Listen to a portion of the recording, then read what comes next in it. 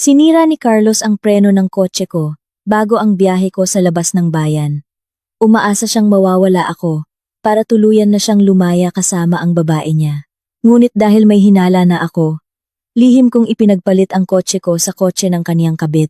Nang mabalitaan niya ang isang madugong aksidente sa expressway, labis siyang nagalak hanggang sa makita niya kung sino ang nasa loob ng sasakyan. Bago tayo magsimula sa kwento natin ngayon, isulat muna sa comment section kung saang syudad kayo nanonood. Manila, Cebu, o sa ibang bansa. Dalangin ko sa lahat ng nag-like at nag-subscribe na manatili kayong malusog at pagpalain. Dati, ang kasal namin ni Carlos ay parang isang mainit na tahanan. Isang kanlungan na laging nagbibigay ginhawa sa dibdib. Naniwala ako na hanggat kasama ko si Carlos, magiging maayos ang lahat sa buhay. 8 taon ay hindi maikling panahon. Binuo namin ang lahat mula sa wala, mula sa isang maliit na upahang bahay na may tumutulong bubong kapag umuulan, hanggang sa magkaroon kami ng isang simpleng bahay na dati ay pangarap lang namin bago matulog. Dati, si Carlos ay isang mapagmahal na lalaki. Hindi niya nakakalimutang dalhan ako ng paborito kong pagkain pag uwi niya galing trabaho. Kabisado niya ang maliliit kong gawi. Alam niya na hindi ako makatulog nang walang dim na ilaw.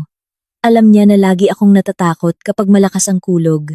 At sa tuwing ako ay nag-aalala, hahawakan niya ang kamay ko at sasabihing hanggat magkasama kami. Wala akong dapat katakutan. Ang mga salitang iyon ay nagpapadama sa akin ng seguridad. Ang pagbabago ay hindi dumating ng sabay-sabay. Unti-unti itong lumitaw. Halos hindi napansin tulad ng maliliit na lamat sa dingding na sa simula ay hindi nakikita. Ngunit sa kalaunan ay lumaki at hindi na kayang balewalain. Si Carlos ay nagsimulang umuwi ng mas gabi kaysa sa dati. Sabi niya, maraming trabaho. Tumaas ang target sa opisina. At ang mga bagong proyekto ay nangangailangan ng overtime. Sinubukan kong maniwala. Gusto ko laging maging isang asawa na sumusuporta, hindi naghihingi. Ngunit may iba. Hindi lang ang oras ng pag-uwi niya ang nagbago, kundi pati na rin ang paraan niya ng pagtingin sa akin. Dati, ang mga mata niya ay mainit. Ngayon, ang tingin niya ay parang nilalagpasan ako. Para bang ang isip niya ay nasa ibang lugar. Mas madalas siyang abala sa kanyang cellphone. Kahit sa hapunan, ang maliit na screen ay tila mas interesante kaysa sa aming usapan. Kung may pumasok na mensahe, ngingiti siya ng bahagya. Isang ngiti na hindi na niya ibinibigay sa akin. Sinubukan kong paalisin ang pagdududa. Ilang beses kong sinabi sa sarili ko na baka masyado lang akong sensitibo. Baka ito ay isang yugto lamang. Bawat relasyon ay dumadaan sa yugto ng pagkabagot. Hindi ba't sinasabi ng lahat iyon? Ngunit ang instinct ng isang babae ay bihirang mali. Isang gabi, habang naliligo siya, nagring ang cellphone niya sa mesa ng sala. Sumindi ang screen, nagpakita ng pangalan ng isang babae. Isang pangalan na hindi ko pa narinig. Bumilis ang tibok ng puso ko. Hindi ko agad hinawakan. Tumayo ako at tiningnan ang screen hanggang sa matapos ang tawag. Nanginig ang mga kamay ko. Pakiramdam ko ay nakatayo ako sa gilid ng bangin. Alam na ang isang maliit na hakbang ay magbabago ng lahat. Nang lumabas si Carlos mula sa banyo, normal lang ang itsura niya, ngumiti pa nga. Ngunit nang makita niya ang cellphone niya, nagbago ang mukha niya saglit, ilang sandali lang. Pagkatapos ay bumalik ang kalmado niyang ekspresyon. Sino ang tumawag kanina? Tanong ko ng mahina. Katrabaho, sagot niya ng maikli. Hindi siya tumingin sa akin habang sumasagot. Mula ng gabing iyon, hindi na naging mapayapa ang puso ko. Nagsimula akong mapansin ang maliliit na bagay na dati ay binabalewala ko. Ang mahinang amoy ng ibang pabango na nakakapit sa kanyang kamiseta. Ang mga mensahe na agad niyang binubura kapag lumalapit ako. Ang ngiti na lumalabas kapag may binabasa.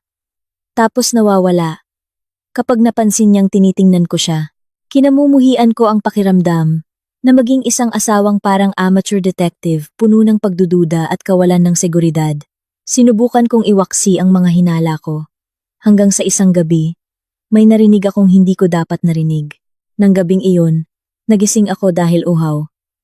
Madilim at tahimik ang bahay. Habang papunta ako sa kusina, nakita ko ang ilaw mula sa maliit na silid-aralan sa dulo ng pasilyo. Hindi sarado, nang maayos ang pinto. Mula sa siwang, narinig ko ang mahinang boses ni Carlos na nagsasalita, malambing ang tono ng boses niya. Naiiba sa karaniwan. Huminto ako sa paglakad. Hindi ko marinig ang lahat ng sinasabi niya. Ngunit isang pangungusap ang malinaw na narinig. Hintayin mo lang. Matatapos din ang lahat sa lalong madaling panahon. Ang boses niya ay parang pangako. Hindi pangako para sa akin. Sumikip ang dibdib ko. Bumalik ako sa silid nang hindi naglakas loob na sumilip pa. Nang gabing iyon, hindi ako makatulog. Tiningnan ko ang kisame ng kwarto habang nagtatanong sa Diyos. Ano ang pagkakamali ko? Hindi ba ako sapat na matiyaga? Hindi ba ako sapat na mapagmalasakit? O may puso na nga bang lumihis? Kinabukasan, kumilos si Carlos na parang walang nangyari. Nag-alok pa nga siyang ihatid ako sa opisina. Ang kaniyang matamis na ugali ang mas nagpakaba sa akin. Mayroon siyang itinatago sa likod ng biglang pag-aalala na iyon. Isang linggo pagkatapos, nakatanggap ako ng balita mula sa opisina na kailangan kong lumabas ng bayan sa loob ng 2 araw para dumalo sa isang mahalagang pulong. Ito ay isang malaking pagkakataon para sa proyekto na matagal ko ng hawak. Nang ibinalita ko ang balita, tila natahimik si Carlos sandali. Pagkatapos ay ngumiti siya. Mabuti iyan. Nararapat ka talaga sa pagkakataong iyan, sabi niya. Ngunit muli, mayroong isang bagay sa kanyang mga mata na hindi ko maintindihan. Nang gabing bago ang pag-alis ko, bigla niyang sinabi na titingnan niya ang kotse na gagamitin ko. Sabi niya, ayaw niyang may mangyari sa daan. Tumango ako, nagpapasalamat sa kanyang pag-aalala.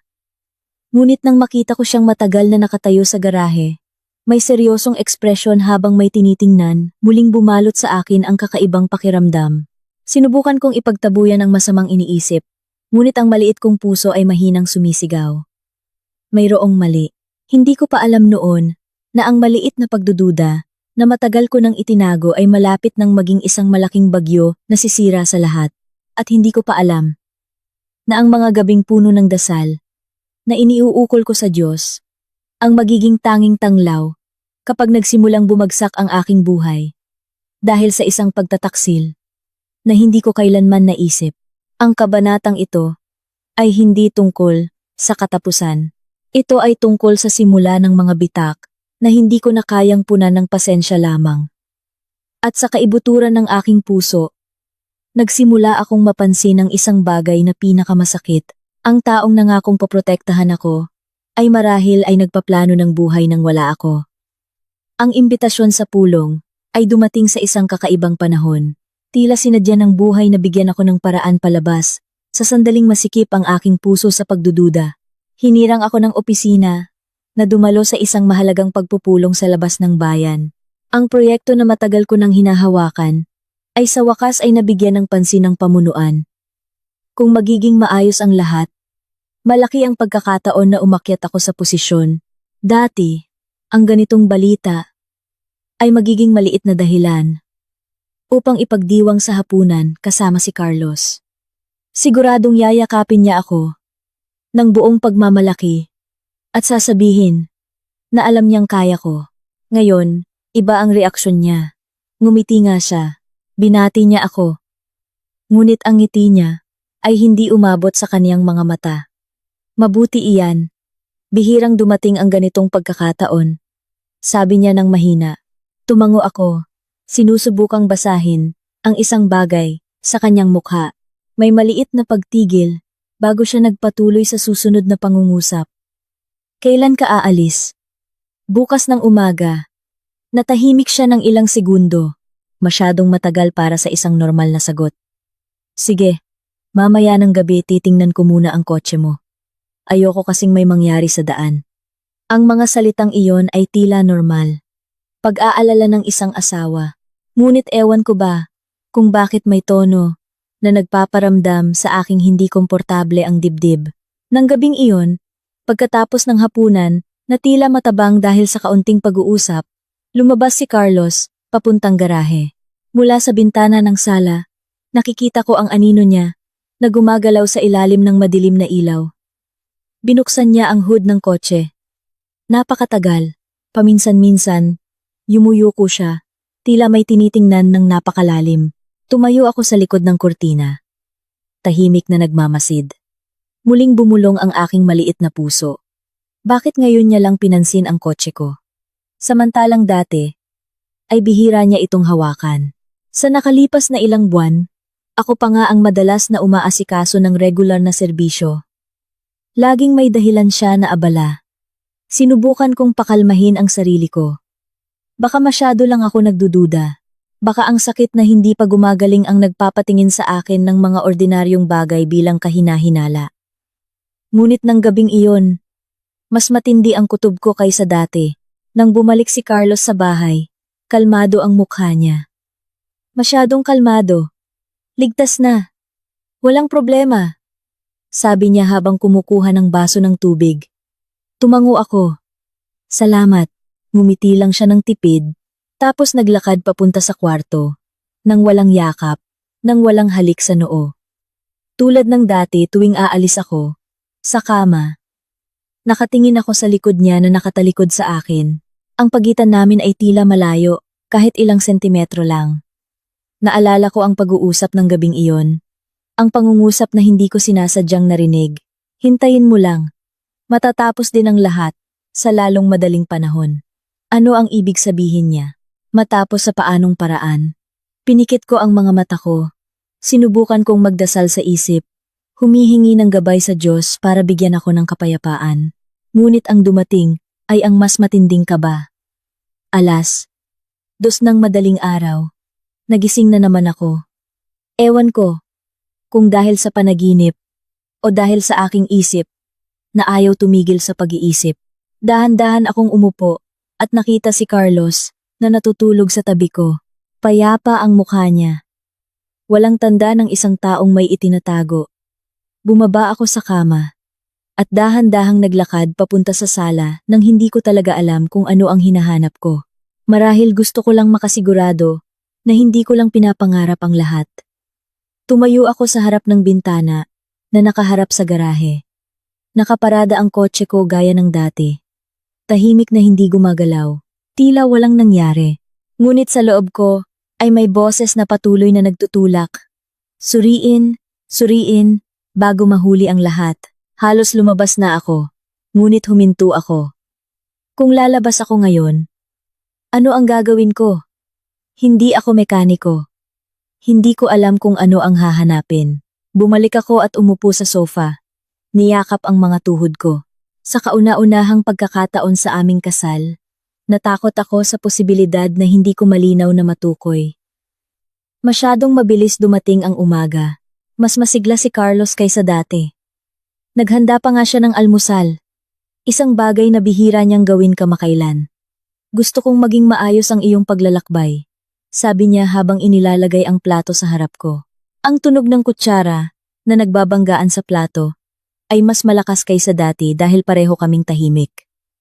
Inihatid niya ako hanggang sa harap ng bahay. Hinawakan niya ang balikat ko nang sasakay na ako sa kotse. Mag-ingat ka. Malalim ang titig niya. Hindi ko alam kung iyon ay titig ng pag-aalala o iba pa. Sumakay ako sa kotse. Dahan-dahang isinara ang pinto. Hawak ko ang manibela. Mas mabilis ang tibok ng puso ko kaysa dati. Bago pa andarin ang makina, lumingon ako kay Carlos na nakatayo pa rin sa teras. Kumaway siya. Sa loob ng ilang sandali, nakita ko ang isang ngiti na hindi ko maintindihan. Hindi ngiti ng pagmamalaki. Hindi ngiti ng kalungkutan. Mas parang isang taong naghihintay ng isang bagay na mangyari. Nilunok ko ang laway ko. Bigla akong hindi pumihit ng susi. Muling lumitaw ang kutob. Mas malakas kaysa dati. Binuksan ko ulit ang pinto. At nagpanggap na may nakalimutan. Sandali. Nakalimutan ko ang dokumento. Medyo nagulat si Carlos. Pero agad siyang tumango. Oh, sige. Kunin mo muna. Bumalik ako sa loob ng bahay. ngunit hindi para kumuha ng dokumento. Tumayo ako sa sala. Sinubukang mag-isip ng malinaw. Kung lahat ng ito ay pagdududa ko lang, magmumukha akong tanga. Ngunit kung hindi, maaaring nakatayo ako sa gilid ng isang bagay na mas madilim. Nagpasya ako ng isang bagay. Hindi ako aalis agad. Mag-iimbestiga muna ako. Ang araw na iyon ang naging punto kung saan tunay na sinubukan ang aking tiwala, hindi lamang kay Carlos, kundi pati na rin sa aking sarili. At nang hindi ko namamalayan, ang maliit na desisyon na hindi agad umalis ng gabing iyon ay magbabago ng direksyon ng aming buhay, magpakailanman. Ang desisyon na wag agad umalis ng gabing iyon ay hindi isang pabigla-biglang desisyon. Ito ay nagmula sa isang pakiramdam na matagal ko nang itinago. Isang pakiramdam na patuloy na kumatok ng mahina sa dibdib at humihiling na pakinggan. Bumalik ako sa kwarto at nagkunwari na kumuha ng mga papeles. Ang mga kamay ko ay nanginginig, hindi dahil sa takot sa isang bagay na tiyak, kundi dahil sa takot sa posibilidad na hindi pa nakikita. Nakatayo si Carlos sa kusina nang lumabas ako ulit. Nahanap mo na ba ang dokumento? Tanong niya. Oo. Sagot ko ng maikli. Tiningnan ko ang mukha niya. Nang mas matagal kaysa dati, naghahanap ng siwang. Naghahanap ng kaba. Ngunit mukha siyang kalmado. Masyadong kalmado. Sige. Mag-ingat ka sa daan. Sabi niya ulit.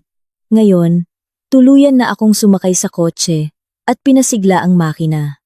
Gayunpaman, hindi ako agad dumiretso sa pangunahing kalsada palabas ng bayan. Umiikot lang ako sa subdivision, tapos huminto sa isang sulok na hindi makikita mula sa bahay. Pinatay ko ang makina. Mabigat ang pakiramdam ko. Hindi ko sigurado kung ano ang hinahanap ko. Ngunit may isang bagay na alam ko. Kung aalis ako nang hindi ko sinisiguro ang anumang bagay, hindi ako kailanman magiging payapa. Ilang minuto pagkatapos, nakita kong bumukas ang pinto ng bahay. Mula sa malayo, mabilis na lumabas ang anino ni Carlos. Tiningnan niya ang kalsada na dinadaanan ko kanina, tapos bumalik sa loob. Nanginig ang maliit kong puso. Bakit tila sinisigurado niyang umalis na ako? Mga 10 minuto pagkatapos, lumabas ulit siya. Ngayon, may cellphone sa tainga. Matagal siyang nakikipag-usap sa terrace, naglalakad pabalik-balik. Mukhang tensyonado ang mukha niya. Hindi ko marinig ang sinasabi niya. Ngunit sapat na ang kanyang ekspresyon para lalo akong makumbinsi na mayroon siyang hinihintay. Matapos ang pag-uusap, bumalik siya sa loob ng bahay at hindi na lumabas muli. Nanatili akong nakaupo sa loob ng kotse. Naghalo-halo ang pakiramdam ko. Galit, lungkot, at takot. Kung may pinlano nga, malamang ay nangyayari na ang plano. Tiningnan ko ang manibela. Bigla na lang, ang kotse na karaniwan kong ginagamit araw-araw ay tila kakaiba. Nagbalik ang isip ko sa nakaraang gabi, sa paraan ni Carlos na suriin ang kotse ng napakatagal, sa titig na hindi ko maintindihan. Nang hindi nag-iisip, bumaba ako sa kotse at binuksan ang hood. Hindi naman ako mekaniko. Sapat ang alam ko sa mga pangunahing bagay. Lahat ay tila normal. Walang kakaiba. Ngunit iyon ang mas nagpakaba sa akin. Dahil kung may sadyang ginawa, hindi iyon isang bagay na madaling makita ng isang ordinaryong tao na tulad ko. Dahan-dahan kong isinara ang hood. Sa ganitong sitwasyon, umaasa ako na ito ay isa lamang hindi pagkakaunawaan. Nais kong maging isang asawa na masyadong nagdududa, hindi isang asawa na nahaharap sa mapait na katotohanan. Ngunit ang aking kutob ay hindi kailanman naging ganito kalakas. Kinuha ko ang cellphone at muling binuksan ang lumang mensahe na minsan kong nakita nang sandali ilang araw na ang nakalipas. Ang mensahe mula sa babaeng iyon. Mga salita na nagpahirap sa aking paghinga. Kailan matatapos ang lahat ng ito? Ayoko nang patuloy na magtago. Maikling sagot ni Carlos. Relax lang. Hindi magtatagal. Ang mga salitang iyon ay muling umalingaw-ngaw sa aking ulo. Hindi magtatagal. Ano ang hindi magtatagal? Pinikit ko ang aking mga mata sa loob ng aking puso. Ipinagdarasal ko sa Diyos na bigyan ako ng lakas ng loob na harapin ang anumang mangyayari. Pagkatapos ay kumilos ang kamay ko, nang walang pag-aalinlangan. Tinawagan ko ang isang taong matagal ng tahimik na saksi sa pagbabago sa aming tahanan. Siya ang tanging taong nakakaalam ng aking hinala, at siya rin ang taong ilang beses nang hindi sinasadyang nakakita kay Carlos kasama ang babaeng iyon sa isang cafe. Nag-alala ang boses niya nang sinagot niya ang telepono. Umalis ka na ba? Hindi pa? Sagot ko ng mahina. Kailangan ko ang tulong mo. Ilang oras pagkatapos, nagsimulang mabuo ang isang simple, ngunit mapagpasyang plano. Kung may mali nga sa kotseng iyon, hindi ako ang uupo sa likod ng manibela nito. Maingat akong bumalik sa bahay nang malaman kong umalis na si Carlos. Wala ang kotse niya sa garahe. Tahimik ang bahay. Masyadong tahimik. Tumayo ako ng ilang segundo sa sala. Nakatingin sa dingding, na dati puno ng aming tawanan. Pakiramdam ko ay nakatayo ako sa isang kakaibang lugar. Sa tulong ng taong pinagkakatiwalaan ko. Ang kotse na dapat kong gamitin ay wala na sa dating pwesto. Isang pagpapalit ang ginawa, nang napakabilis at walang ingay. Hindi para sakta ng sinuman, kundi para lang masiguro ang katotohanan. Nang matapos ang lahat, tumayo ako at tiningnan ang bakuran ng bahay na may magkahalong damdamin. Kung mali ang hinala ko, masyado na akong lumayo. Ngunit kung tama, marahil ngayon ang araw, na sa wakas ay matatanggal ang maskara. Nang gabing iyon, hindi ako umalis ng bayan. Dumiretso ako sa bahay ng mga magulang ko nang hindi ipinaalam kay Carlos. Sinabi ko sa opisina na ipinagpaliban ang aking pag-alis dahil sa mga hindi inaasahang pangyayari. Habang naglalakbay, hindi tumigil ang isip ko sa pag-iisip. Hindi ko gustong gumanti ng kasamaan. Gusto ko lang malaman kung hanggang saan ang kayang gawin ng isang taong minsang nanumpa ng katapatan para sa sarili niyang kalayaan. Nagsimulang gumabi nang umalog ang cellphone ko. Lumabas ang pangalan ni Carlos sa screen. Tinitigan ko ito ng ilang segundo bago sagutin. Nakadating ka na ba? Tanong niya ng mabilis. Hindi pa. Mahaba pa ang biyahe. Sagot ko ng mahinahon. May sandaling katahimikan sa kabilang linya. Isang katahimikan na tila kakaiba. Sige, mag-ingat ka na lang. Maikling sabi niya. Tapos ibinaba ang telepono. Ang tono ng boses niya ay tila kinakabahan. Tiningnan ko ang kalangitan sa gabi sa bintana ng kotse. Mabigat ang pakiramdam ko. Tila naghihintay ng isang bagay na hindi ko maiiwasan, at sa kaibuturan ng aking puso. Alam kong ang desisyon na manatiling tahimik at hindi agad magbintang ay ang pinakamasakit na desisyon dahil ang katahimikan ay nangangahulugang pagbibigay ng oras sa katotohanan upang lumabas sa sarili nitong paraan. At tanging masasandigan ko na lamang ay ang pag-asa na kapag dumating ang katotohanan, sapat pa rin ang aking lakas upang ito'y tanggapin. Ang gabing iyon ay tila mas mahaba kaysa sa karaniwan. Nasa aking lumang kwarto ako sa bahay ng mga magulang ko. Ang kwarto na dati saksi sa aking mga pangarap bago ako ikasal. Ang mga dingding nito ay malambot pa rin ang kulay. Ang kahoy na aparador nito ay marahan pa ring umaalingaw-ngaw kapag binubuksan. Lahat ay tila pareho maliban sa akin. Hindi na ako ang babaeng puno ng pag-asa. Ako ay isang asawa na naghihintay na lumitaw ang katotohanan. Mula hapon, hindi nawala sa aking kamay ang cellphone ko. Hindi ko alam kung anong balita ang hinihintay ko. Marahil ang balita na ayos lang ang lahat. O marahil ang balita na magpapatunay sa aking kutob sa tuwing sumisindi ang screen. Dahil sa ordinaryong notification, lumalaki ang tibok ng puso ko. Ngunit lahat ng iyon ay walang saysay na mensahe. Hanggang sa wakas, bago maghating gabi, dumating talaga ang tawag na iyon. Hindi sa cellphone ko, kundi sa cellphone ni Carlos. Alam ko, dahil ilang minuto, bago noon, ay nagpadala siya ng maikling mensahe sa akin. Nasaan ka na? Kalmado kong sagot. Nasa daan pa. Pagkatapos noon, wala nang sagot. Pagkatapos, mga alas 11 ng gabi, umalog na naman ang cellphone ko. Ngayon, Si Carlos ang tumawag. Iba ang tono ng boses niya. Tense. Hindi regular ang paghinga niya. Nasaan ka ngayon? Tanong niya ng mabilis. Huminto ako sandali bago sumagot. Nasa biyahe pa. Bakit? Sa kabilang linya ay may narinig akong ibang boses. Parang may nagsasalita ng malakas, ngunit hindi malinaw. Pagkatapos ay dahan-dahang sinabi ni Carlos. Halos pabulong sa sarili. Imposible. Agad na nanginig ang puso ko. Ano ang nangyari? Tanong ko. Sinubukan kong panatilihing matatag ang tono ng boses ko. Hindi siya agad sumagot. Ang ilang segundo ay tila mahabang minuto. May aksidente sa expressway. Sabi niya sa wakas. Ang kotse mo. Ang pangungusap ay nanatiling nakabitin. Pinikit ko ang mga mata ko sandali. Kaya ito ang hinihintay ko. Anong uri ng aksidente? Tanong ko ng mahina. Nagbago ang boses ni Carlos. Sa simula ay tila nagpapanik. Pagkatapos, kakaiba. Parang may bahid ng ginhawa sa loob nito.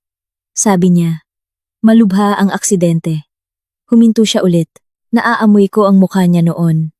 Siguro putla, siguro nalilito, o siguro may itinatago na mas malalim. At nang akalain niyang ako ang nasa loob ng sasakyan, may isang bagay na hindi niya kayang itago ng lubusan.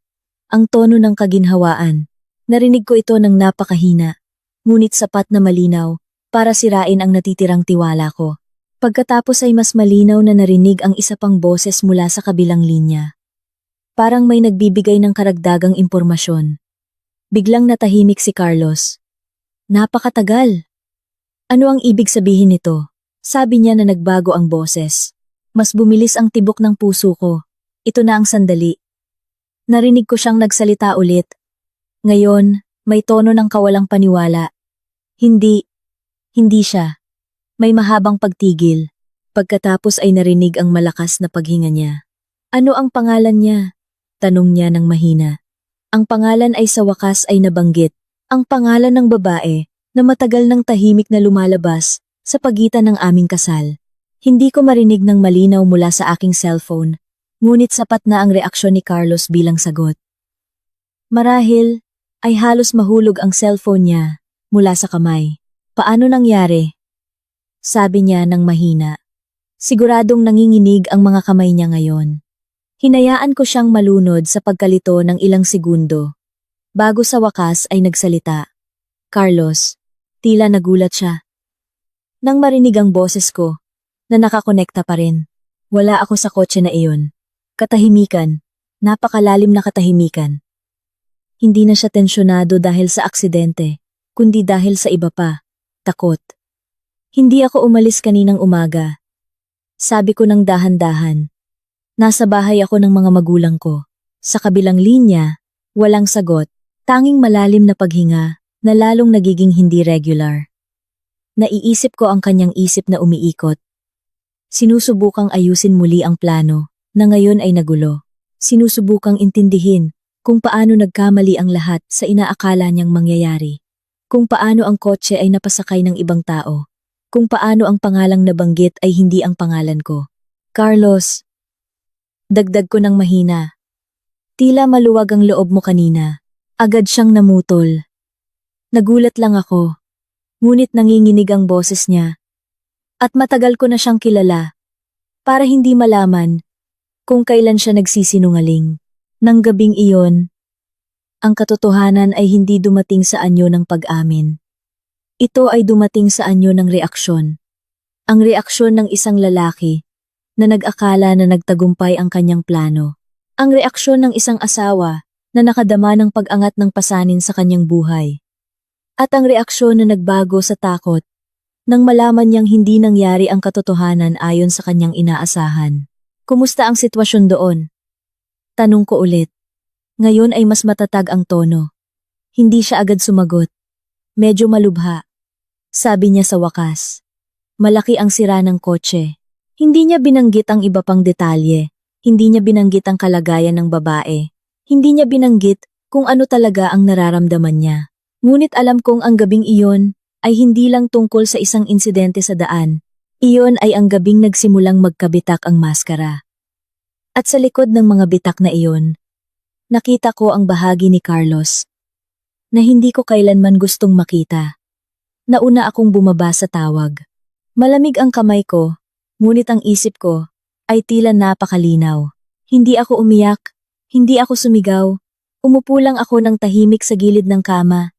Napagtanto ang isang bagay na pinakamasakit. Kung kaninang umaga, ay umalis talaga ako nang hindi nakikinig sa aking kutob. Marahil ang pangalang binanggit ng gabing iyon ay ang pangalan ko. At ng gabing iyon, sa kauna-unahang pagkakataon sa aking buhay, hindi lamang ako nakadama ng pagtataksil. Halos ako ay inalis. Matapos magtapos ang tawag, lalo pang tumahimik ang gabi. Matagal akong nakaupo nang hindi gumagalaw. Hindi dahil hindi ko alam ang gagawin, kundi dahil sa wakas, lahat ng mga piraso na nagkalat ay nagsimulang magkaisa sa aking ulo. Hindi mali ang aking kutob. Hindi lang basta hinala ng isang asawa na masyadong sensitibo ang aking pagdududa. May isang bagay na talagang pinlano. At nang gabing iyon, nabigo ang planong iyon. Mga kalahating oras pagkatapos, muling umalog ang cellphone ko. Si Carlos ulit. Ngayon, malaki na ang pagkakaiba ng boses niya. Wala na ang tonong tila ginhawa. Ang tanging naroon ay pagkabahala na sinisikap itago. Totoo bang hindi ka umalis kaninang umaga? Tanong niya ng mahina. Hindi, sagot ko ng mahinahon. Masama ang pakiramdam ko. Kaya ipinagpaliban ko ang paglalakbay. Natahimik siya. Sino ang gumamit ng kotse? Patuloy niya. Ang tanong na iyon ang halos nagpangiti sa akin. Nang mapait, hindi ba't dapat ako ang magtanong ng ganoon? Hindi ko alam. Sabi ko ng dahan-dahan. Hindi ba't ikaw ang mas nakakaalam? Muli, katahimikan. Tila naubusan ng sasabihin si Carlos. Narinig ko siyang huminga ng malalim, at pagkatapos ay mabigat na inilabas ang hangin. Sabi niya, nasa lugar siya ng insidente. Nagpapatuloy pa rin ang investigasyon ng pulisya. Maraming saksi ang kinuha, ang pahayag. Pinakinggan ko siya nang hindi pumupugol. Hinayaan siyang magsalita. Nang mas marami.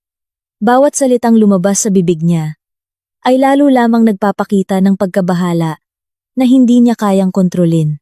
Alam mo ba? Sabi niya bigla. Tila hindi gumagana ng normal ang preno ng kotse. Ang pangungusap ay nanatiling nakabitin sa ere. Tila may matigas na bagay na pumalo sa dibdib ko. Kaya totoo pala, hindi lang ang pakiramdam ko ang naglalaro. Pinigilan ko ang sarili ko na huwag agad mag-react. Talaga? Sagot ko ng mahina. Napakakaiba naman. Hindi niya napansin ang pagbabago sa tono ng boses ko o marahil masyado siyang abala sa sarili niyang takot. Paano nagamit ang kotse ng ibang tao? Patuloy niya na parang nakikipag-usap sa sarili niya. Ang tanong na iyon ay para sa akin. Pinikit ko ang aking mga mata sandali bago sumagot. Marahil dahil hindi lahat ng plano ay laging nagiging ayon sa inaasahan. Natahimik na naman siya. Ngayon ay mas matagal. Naiisip ko ang mukha niya sa ilalim ng maputlang ilaw ng kalsada. Siguro nakaupo siya sa bangketa o nakatayo at nakatingin sa sirang kotse. Siguro kakalabas lang niya sa katotohanan na hindi ako ang taong sangkot sa insidente. At marahil sa kauna-unahang pagkakataon, natakot siya sa sarili niyang anino. Gabi na akong uuwi, sabi niya sa wakas. Sige, sagot ko ng maikli. Naputol ang tawag. Tiningnan ko ang screen ng cellphone na ngayon ay madilim. Pakiramdam ko ay nakatingin ako sa katapusan ng isang bagay na dati ay buong lakas kong pinanindigan. Nang gabing iyon, hindi talaga ako nakatulog. Hindi dahil sa takot. Hindi dahil sa kaba. Kundi dahil sa isang napakasakit na kamalayan. Kung totoo nga na may sadyang elemento sa lahat ng ito. Kung gayon, ang taong matagal nang natutulog sa tabi ko ay itinaya ang aking buhay para sa sarili niyang kalayaan. Sinubukan kong alalahanin ang 8 taon ng aming kasal, ang lahat ng tawanan, ang lahat ng luha, ang lahat ng pakikipaglaban. Nagsisimula ba ang lahat sa isang drama sa dulo ng kwento? Bago magmadaling araw, sa wakas ay nakatulog ako sandali. Ngunit hindi nagtagal. Nagising ako sa tunog ng notification ng balita na pumasok sa cellphone ko. Ang insidente sa expressway kagabi ay nagsimulang balitaan ng maikli. Walang binanggit na maraming detalye, tanging pangkalahatang impormasyon tungkol sa isang aksidente na sinasabing dahil sa aberya sa sistema ng preno. Mabilis kong isinara ang screen. Nang umagang iyon, nang sumikat ang araw, muling pumasok ang mensahe mula kay Carlos. Nasa bahay na ako. 3 salita lamang iyon. Walang paliwanag. Walang karagdagang balita. Walang tanong tungkol sa aking kalagayan. Alam kong hinihintay niya akong magtanong. Ngunit ngayon ay pinili kong manahimik. Ilang oras pagkatapos, sa wakas ay umuwi ako. Nang buksan ko ang pinto, iba ang pakiramdam. Mas malamig. Mas mabigat. Nakaupo si Carlos sa sala. Gulo ang mukha. Pula ang mga mata. Ewan ko kung dahil sa kulang sa tulog o sa ibang dahilan. Nang makita niya akong pumasok, agad siyang tumayo. Ayos ka ba talaga? Tanong niya. Tiningnan ko siya ng diretso. Ayos lang ako. Mukha siyang nakahinga ng maluwag. Isang ginhawa na ngayon ay hindi niya na maitago. Ngunit sa likod ng ginhawa ay mayroong takot na malinaw na nakikita. Magkaharap kaming nakaupo. Wala nang espasyo na maaaring takpan ng pagkukunwari. Tila gustong may sabihin si Carlos. Ngunit hindi ito lumabas. Ako ang naunang nagsalita. Kagabi, tila gumaan ang loob mo nang malaman mong may insidente. Agad siyang umiling. Hindi iyon ang ibig kong sabihin. Kung gayon, ano? Tanong ko ng mahina. Yumuko siya. Mahigpit na magkahawak ang kanyang mga kamay. Hindi ko alam kung ano ang ipapaliwanag. Iyon ang unang pagkakataon na nagsabi siya ng totoo. Hindi niya talaga alam kung ano ang ipapaliwanag dahil walang paliwanag na makapagpapakatwiran sa pakiramdam ng ginhawa nang akalain niyang maaaring mapahamak ang kanyang asawa. Dahan-dahan akong tumayo. 8 taon. Carlos. Nagtiwala ako sa iyo ng 8 taon. Hindi malakas ang boses ko. Sa halip ay kalmado. At marahil iyon ang mas nagpatakot sa kanya. Inangat niya ang kanyang mukha. Napakaputla. Sa kauna-unahang pagkakataon. Nakita ko ang isang lalaki na nawalan ng kontrol sa kanyang sariling plano. Hindi na puno ng pagtitiwala ang kanyang mukha. Hindi na puno ng mga lihim. Ang tanging naroon ay ang pagkakasala na nagsimulang umakyat sa ibabaw. At doon ko nalaman na ang maskara ay tuluyan ng nahulog. Ang silid ay tila masikip. Kahit hindi nagbago ang sukat nito, nakatayo pa rin ako. Samantalang nakaupo si Carlos na tila mas mabigat ang balikat kaysa sa dati. Wala nang mabilis na lumabas na salita ng pagtatanggol mula sa kanyang bibig. Wala nang maikling sagot na sinusubukang pakalmahin ang sitwasyon.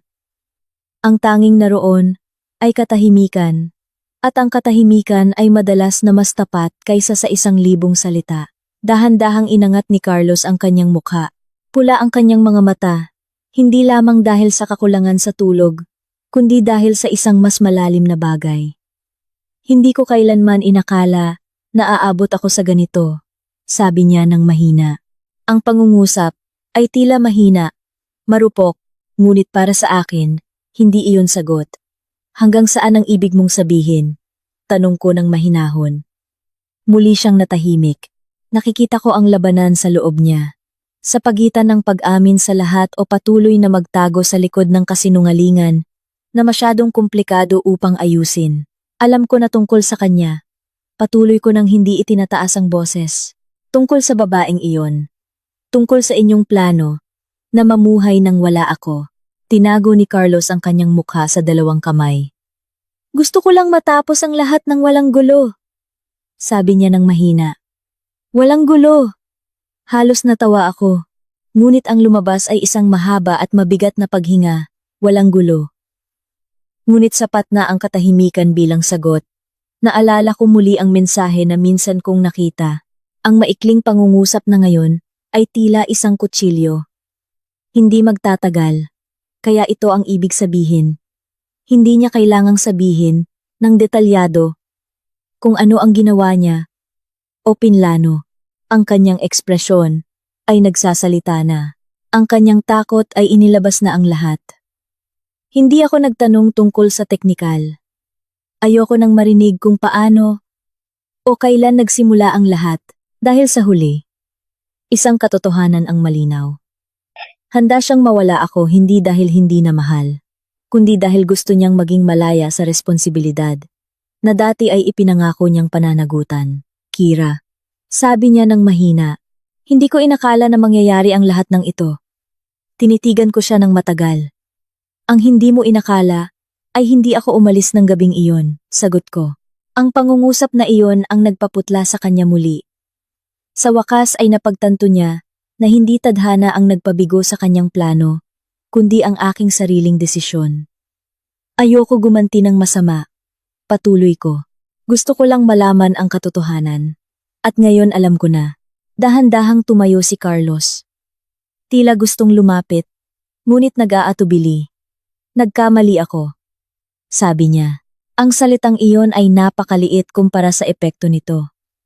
Hindi nagsimula ang kamalian sa isang araw, sagot ko. Lumaki ito mula sa maliliit na kasinungalingan, na patuloy na inaalagaan. Naglakad ako papunta sa bintana. Tiningnan ang bakuran sa harap ng bahay na dati puno ng pag-asa. Ngayon, pakiramdam ko ay isang kakaibang lugar ito.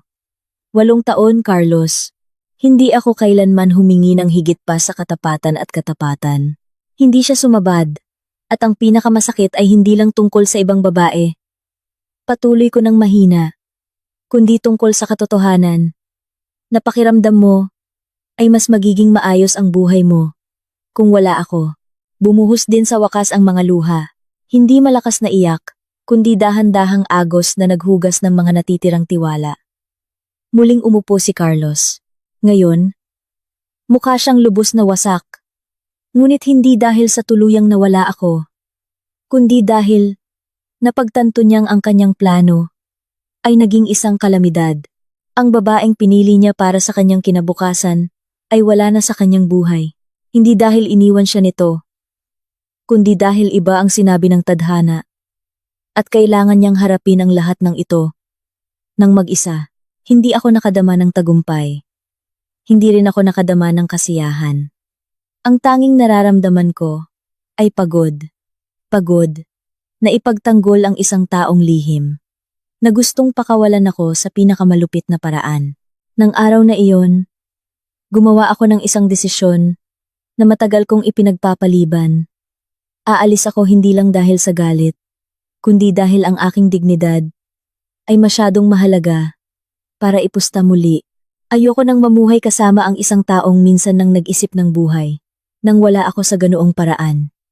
Sinubukan akong pigilan ni Carlos. Bigyan mo ako ng pagkakataon. Sabi niya na nanginginig ang boses. Lumingon ako.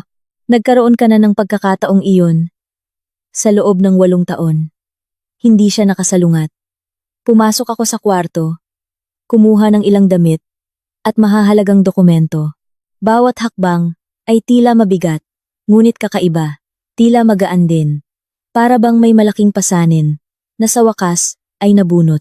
Kahit na masakit, bago ako lumabas ng bahay na iyon, huminto ako sandali sa may pintuan. Hindi kita kinasusuklaman, sabi ko ng mahina. Ngunit hindi na ako makapanatili dito. Nakatayo siya, nang walang magawa, at sa kauna-unahang pagkakataon, nakita ko ang isang lalaki, na lubos na nawalan ng lahat. Hindi dahil may ibang kumuha, kundi dahil siya mismo ang nagpakawala. Maliwanag ang kalangitan ng araw na iyon, kabaligtaran ng aking puso na nananatiling maulap, ngunit sa kaibuturan. Alam ko ang isang bagay, masakit ang katotohanan, ngunit mas nakapipinsala ang mabuhay sa kasinungalingan.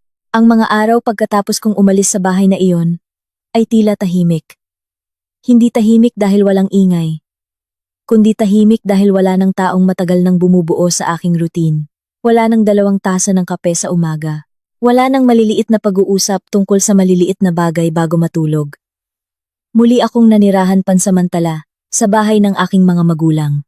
Hindi sila nagtanong ng marami. Niyakap lang nila ako ng mas matagal kaysa sa dati. At minsan, ang yakap na walang tanong ay mas nagpapayapa kaysa sa mahabang payo. Ang unang ilang linggo ay ang pinakamahirap.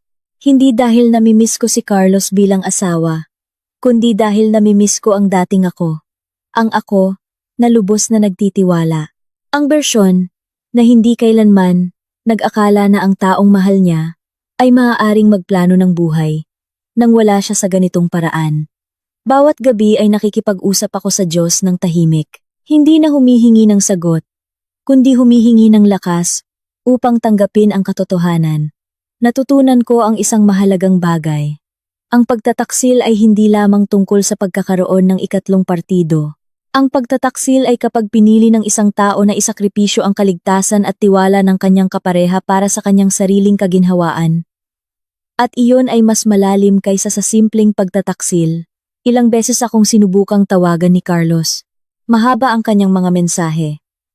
Puno ng pagsisisi. Sabi niya, gumuho ang kanyang buhay. Sabi niya, hindi raw ayon sa plano niya ang lahat. Ang mga salitang iyon ay nagpangiti lang sa akin ng mapait. Hindi nga raw ayon sa plano niya. Dahil ang planong binuo sa kasinungalingan ay bihira namang magtapos ayon sa inaasahan. Hindi ko sinasagot ang lahat ng mensahe niya. Hindi dahil gusto ko siyang pahirapan, kundi dahil alam kong kailangan panatilihin ang ilang distansya upang tuluyang gumaling ang sugat. Isang araw, nabalitaan ko na pinili ni Carlos na lumipat sa ibang bahay. Ibinenta niya iyon at nagsimulang mamuhay sa ibang lugar. Marahil para iwasan ang mga alaala. Marahil para iwasan ang pagkakasala. Ayoko nang malaman ng mga detalye. Ang alam ko, ayoko nang maging bahagi ng buhay na binuo sa mga lihim. Unti-unti, muli akong nag-focus sa aking trabaho. Ang proyektong naantala ay sa wakas ay nagpatuloy. Sinalubong ako ng aking mga kasamahan nang walang maraming tanong. Nakita lang nila ako bilang isang babae na sumusubok na bumangon muli. At sa tuwing matagumpay akong nakakakumpleto ng isang gawain, nararamdaman kong bahagyang lumalakas ako. Unti-unti kong natuklasan muli ang aking sarili na nawala. Natutunan ko na ang pag-ibig ay hindi kailanman dapat magpadama sa isang tao na nanganganib. Hindi kailanman dapat magpadama sa isang tao na kailangan niyang mawala upang ang ibang tao ay maging masaya. Kung ang isang relasyon ay nagpadama sa iyo na ang iyong pag-iral ay isang pasanin, kung gayon marahil ang kailangan pakawalan ay hindi lang ang tao, kundi pati na rin ang takot na magsimulang muli. Ngayon, kapag tinitingnan ko ang nakaraan, hindi na lang sakit ang nakikita ko. Nakikita ko ang mga aral. Natutunan kong pakinggan ang aking kutob. Natutunan kong ang katahimikan ay hindi nangangahulugang kahinaan. Natutunan kong ang katotohanan, kahit mapait, ay mas mahusay pa rin kaysa sa kasinungalingan na tila matamis. At higit sa lahat, natutunan kong hindi dapat tawaran ang dignidad. Maraming nawala kay Carlos sa isang gabi, ngunit nawalan din ako ng isang bagay na hindi gaanong mahalaga. Nawalan ako ng tiwala. Ngunit sa likod ng pagkawala na iyon, natuklasan ko ang tapang. Tapang na sabihin na sapat na. Tapang na umalis. Tapang na piliin ang sarili ko. Hindi laging binibigyan tayo ng buhay ng tapat na kapareha hanggang sa huli. Ngunit laging binibigyan tayo ng buhay ng pagkakataong bumangon, pagkatapos ng pagtataksil, at ngayon, nakatayo ako hindi bilang biktima. Nakatayo ako bilang isang babae na halos inalis, ngunit piniling manatili at umalis bago tuluyang mawala. Ang pinakamasakit na aral sa buhay ko ay hindi tungkol sa kung paano magbabago ang isang tao, kundi tungkol sa kung paano ko sa wakas na pagtanto na karapat-dapat akong mahalin nang hindi kailangang ipusta. At mula noon, ipinangako ko sa sarili ko, wala nang magpaplano ng buhay nang wala ako, maliban kung ako mismo ang pipili ng aking landas. Minsan, ang taong pinagkakatiwalaan natin, nang lubusan ang siyang pinakamalupit na makakasakit. Ngunit mula sa pagtataksil na iyon, natutunan ko ang isang mahalagang bagay. Walang pag-ibig na karapat-dapat ipaglaban kung kailangang isakripisyo ang kaligtasan at dangal. Pakinggan mo ang iyong kutob. Pahalagahan mo ang iyong sarili. At huwag kailanman manatili sa isang lugar na lihim na gustong alisin ka. Dahil karapat-dapat kang mahalin nang hindi kailangang ipusta. Sinira ni Carlos ang preno ng kotse ko bago ang